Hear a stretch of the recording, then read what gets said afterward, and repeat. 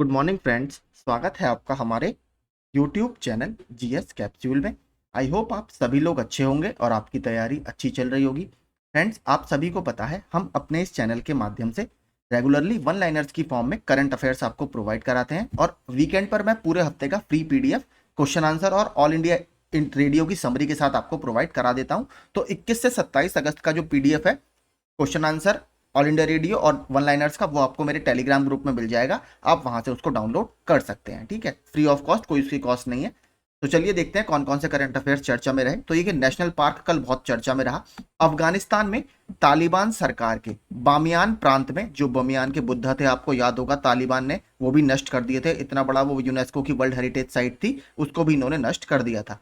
वहां पर एक देखिए नेशनल पार्क है बांद ए अमीर राष्ट्रीय पार्क में। महिलाओं के जाने पर इन्होंने प्रतिबंध लगा दिया है। इनका यह कहना है कि वहां पर फैमिलीज वगैरह के साथ महिलाएं जाती हैं, लेकिन वहां पर ये हिजाब नहीं पहनती। तो एक तरह से देखिए ये सिर्फ रूढ़िवादी सोच, कट्टरवादी सोच का ही इनकी, आप कह सकते हैं, परिणाम है। स्थानीय मीडिया रिपोर्टों के अनुसार नैतिकता कार्यवाहक मंत्री मोहम्मद खालिद हनाफी ने कहा है कि महिलाएं पार्क के भीतर हिजाब नहीं पहन रही हैं। तो इस तरीके की सोच 21वीं सदी में अगर चलेगी तो आप देख लीजिए अब इसमें क्या होगा। वो तो देखिए अधिकार है, जिसको पहनना है वो पहने, जिसको नहीं पहनना वो नहीं पहने, ये तो उनकी खुद की चॉइस है। लेकिन तालिबान देखिए काफी ज्यादा कट्टरवादी सोच वाला, एक तरह से हम कह सकते हैं, ग्रुप है। तो यहाँ पर ये चीजें होनी, पहले भी हो रहा था, अभी भी हो ही रहा है। तो हमें मेन जो याद रखना है, बांद ए अमीर राष्ट्रीय पार्क, इसको हमें याद रखना है, ठीक है। कहां पर है? अफगानिस्तान में है।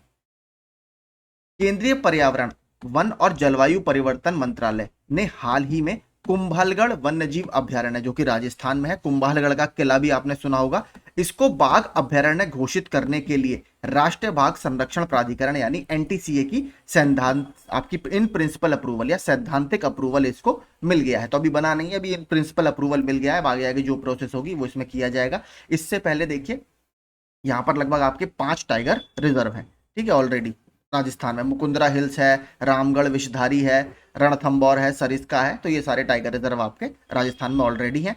इसके अलावा बात करें, राजस्थान अभी और भी वजह से चर्चा में था। जो हमारे खेल मंत्री हैं अनुराग ठाकुर जी, वहां पर इन्होंने 33 खेलो इंडिया सेंटर्स का अभी घोषणा की थी, उनका इनॉग्रेशन किया था। नरेंद्र मोदी जी ने राजस्थान में ही, आपको पता होगा, यूरिया गोल्ड नामक एक नया उर्वरक लॉन्च किया था, वो भी इंपॉर्टेंट है। इसके अलावा राजस्थान में पहला ट्रांसजेंडर, ठीक है, ट्रांसजेंडर बर्थ सर्टिफिकेट किसको दिया गया है? नूर शेखावत को, ठीक है, नूर शेखावत जी को राजस्थान का पहला ट्रांसजेंडर बर्थ सर्टिफिकेट दिया गया है। इसको याद रखिएगा, इस वजह से ये चर्चा में है लगातार। आगे, केंद्र ने रक्षा अनुसंधान एवं विकास संगठन यानी डीआरडीओ के कामकाज की समीक्षा के लिए एक 9 सदस्यीय समिति का गठन किया है, ठीक है। तो 9 मेंबर पैनल बनाया गया है डीआरडीओ की जो आपकी वर्किंग प्रोसेस होती है उसके लिए। और इसको अध्यक्ष कौन है इसके, इसकी चेयरमैनशिप किसके पास है? प्रोफेसर के विजयन राघवन जी इस समिति की अध्यक्षता करेंगे। बात करें डीआरडीओ की, तो डीआरडीओ की स्थापना कब की गई है? डीआरडीओ की स्थापना 1958 में की गई है। अगर बात करें इसके चेयरमैन कौन है वर्तमान में? समीर वी कामत जी अभी इसके वर्तमान में चेयरपर्सन है। आगे चलते हैं। भारतीय अंतर्देशीय जलमार्ग प्राधिकरण inland waterways authority of India ने बांग्लादेश और अन्य दक्षिण पूर्व एशियाई देशों में पेट्रोलियम उत्पादों के निर्यात के लिए राष्ट्रीय जलमार्ग 2 यानी नेशनल वाटरवे 2, जो कि ब्रह्मपुत्र रिवर पर है। नेशनल वाटरवे पहला कौन सा है आपका? प्रयागराज से हल्दिया वाला जो गंगा का स्ट्रेच है।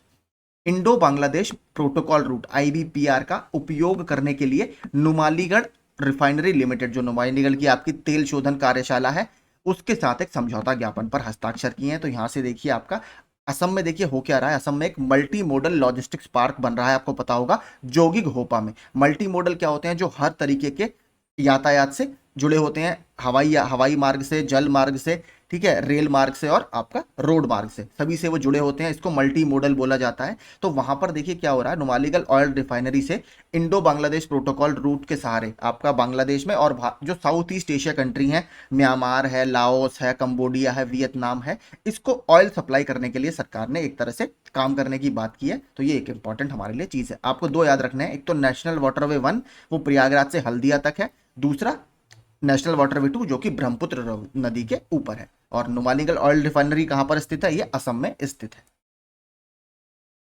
इसके अलावा देखिए असम में एक और बहुत फेमस है, आपने सुना होगा डिगबोई। ठीक है, डिगबोई जो रिफाइनरी है वो एशिया की सबसे पुरानी रिफाइनरी मानी जाती है। इवन कहा जाता है एशिया की वो पहली तेल शोधन कार्यशाला है और आज भी ऑपरेटिंग है, इसलिए बहुत इंपॉर्टेंट है।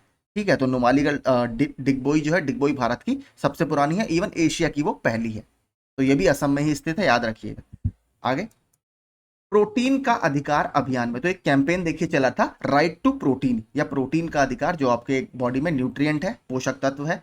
इन्होंने एक पोषण जागरूकता सूचकांक भी जारी किया है। तो उसमें देखिए जो अंतिम उपभोक्ताओं यानी नागरिकों द्वारा भारत में जागरूकता, सामर्थ्य और पोषण की पहुंच का आकलन करने वाला एक राज्यवार सूचकांक है, स्टेट वाइज इंडेक्स है। इसमें देखिए रैंकिंग हमारे लिए इंपॉर्टेंट है। पंजाब राष्ट्रीय औसत से 11% अधिक स्कोर करके शीर्ष राज्य के रूप में इसमें उभरा है। तो आपका पोषण जागरूकता सूचकांक 2023 में रैंक 1 किसकी है? पंजाब की है। जबकि बिहार राष्ट्रीय औसत से 10% कम स्कोर करके सबसे निचले स्थान पर रहा। तो राष्ट्र सबसे लास्ट रैंक है आपकी बिहार की। ठीक है, तो इसको याद रखिएगा, ये इंपॉर्टेंट है। पोषण जागरूकता सूचकांक में पहली रैंक है पंजाब की, सबसे कम रैंक है इसमें बिहार की। आगे, असम पर्यावरण और वन विभाग ने इस साल 2 अक्टूबर से राज्य में 1000 मिलीलीटर क्षमता से कम की प्लास्टिक की पानी की बोतलों के उपयोग और उत्पादन पर प्रतिबंध लगाने की नोटिफिकेशन या अधिसूचना जारी कर दी है। ठीक है, तो बहुत इंपॉर्टेंट है। देखिए असम ने साफ कह दिया है कि अगर 1000 मिलीलीटर से कम की बोतलें हैं तो प्लास्टिक की अगर वो हैं तो उसका अब ना तो मैन्युफैक्चरिंग होगी ना ही उसका स्टेट में कहीं यूज होगा, जो कि कहीं ना कहीं प्लास्टिक पॉल्यूशन को कम करने में एक काफी बड़ा स्टेप है। इसको याद रखिएगा। ठीक है, और असम में देखिए एक और अभी अभियान चलाया गया था, अमृत वृक्ष अभियान। ठीक है, जिसमें कई करोड़ पौधे लगाने की बात की गई थी। तो अमृत वृक्ष अभियान ये भी आपका असम का है। झारखंड सरकार ने, ये देखिए बहुत इंपॉर्टेंट है, कहा जा रहा है भारत की जो पहली हाइड्रोजन फैक्ट्री आप कह सकते हैं, या हाइड्रोजन ईंधन प्रोजेक्ट है, वो आपका झारखंड सरकार लगाने जा रही है।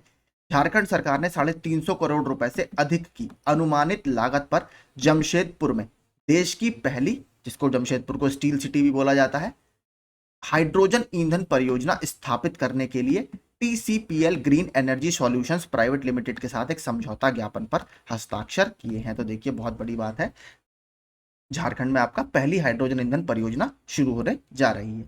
विभिन्न क्षेत्रों में महिलाओं द्वारा हासिल की गई उपलब्धियों को उजागर करने के लिए हर साल 26 अगस्त को आपका वुमेन इक्वालिटी डे या महिला समानता दिवस मनाया जाता है। देखिए जिस तरीके का ट्रेंड अब पेपर का आ रहा है, एकदम से कोई भी रैंडम डे आपसे पूछ लिया जा रहा है, इसलिए मैं सारे तरीके के डे आपके लिए डाल देता हूँ क्वेश्चन में। ठीक है, कुछ भी पूछ सकता है कोई, इसका हमें आइडिया नहीं है। तो ये अभी एक डेथ हुई है, देखिए इंपॉर्टेंट है क्योंकि चर्चा में थे ये।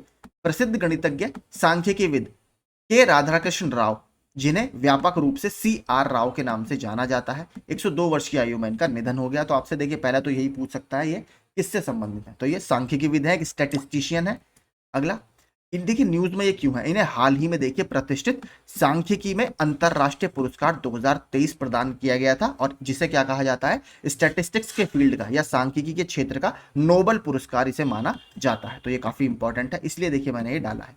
ठीक है, तो आपसे ये जरूर पूछ सकता है कि हाल ही में अवार्ड किसे दिया गया था, तो CR राव जी को दिया गया था। किस फील्ड से संबंधित है, तो सांख्यिकी के फील्ड से संबंधित है। ये देखिए कल बहुत बड़ी बात है, इस समय बहुत इस भारत के सबसे अगर प्रेस्टिजियस एथलीट हैं तो वो यही हैं। भारत के स्टार भाला फेंक एथलीट नीरज चोपड़ा ने विश्व एथलेटिक्स चैंपियनशिप में रविवार को स्वर्ण पदक जीतकर इतिहास रच दिया। नीरज विश्व चैंपियनशिप में स्वर्ण पदक जीतने वाले पहले भारतीय एथलीट है। पिछली बार इन्हें रजत पदक से संतोष करना पड़ा था, लेकिन उसके बाद ओलंपिक में गोल्ड मेडल, और तब से नीरज चोपड़ा गोल्ड मेडल ही लगभग हर टूर्नामेंट में जीतते हुए आ रहे हैं। 88.17 मीटर का इन्होंने अपने दूसरे प्रयास में भाला फेंका, जो नंबर 1 रहा। जो सिल्वर मेडल मिला वो पाकिस्तान के अशरद नदीम जो है, वो भी काफी शानदार देखिए फॉर्म में इस समय चल रहे हैं। उन्होंने भी सबसे ज्यादा टक्कर देखिए इन दोनों के बीच में ही चल रही है, अरशद नदीम और नीरज चोपड़ा जी के बीच में। तो उन्हें सिल्वर मिला, इन्हें गोल्ड मेडल मिला है। तो हमारी तरफ से नीरज चोपड़ा जी को, देश को गौरवान्वित महसूस कराने के लिए बहुत बहुत शुभकामनाएं। ऐसे ही आप आगे बढ़ते रहिए।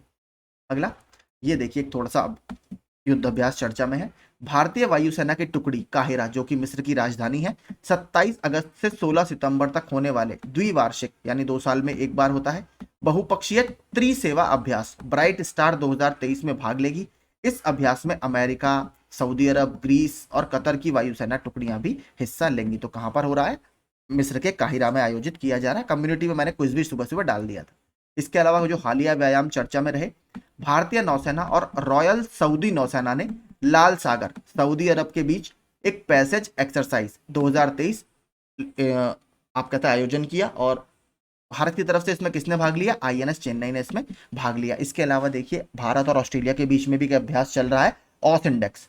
ठीक है, ऑस्ट्रेलिया इंडिया डिफेंस एक्सरसाइज हमारे बीच में चल रहा है, तो वो भी काफी इंपॉर्टेंट है। ऑस्ट्रेलिया के सिडनी हार्बर पर वो आयोजित किया गया। चीन और यूएई के बीच पहला फाल्कन शील्ड 2023 अभ्यास कहां पर? चीन के जिनजियांग में आयोजित किया गया। पहला फाल्कन शील्ड ट्रेनिंग एक्सरसाइज है, इसलिए इंपॉर्टेंट है। चीन और यूएई के बीच में किया गया।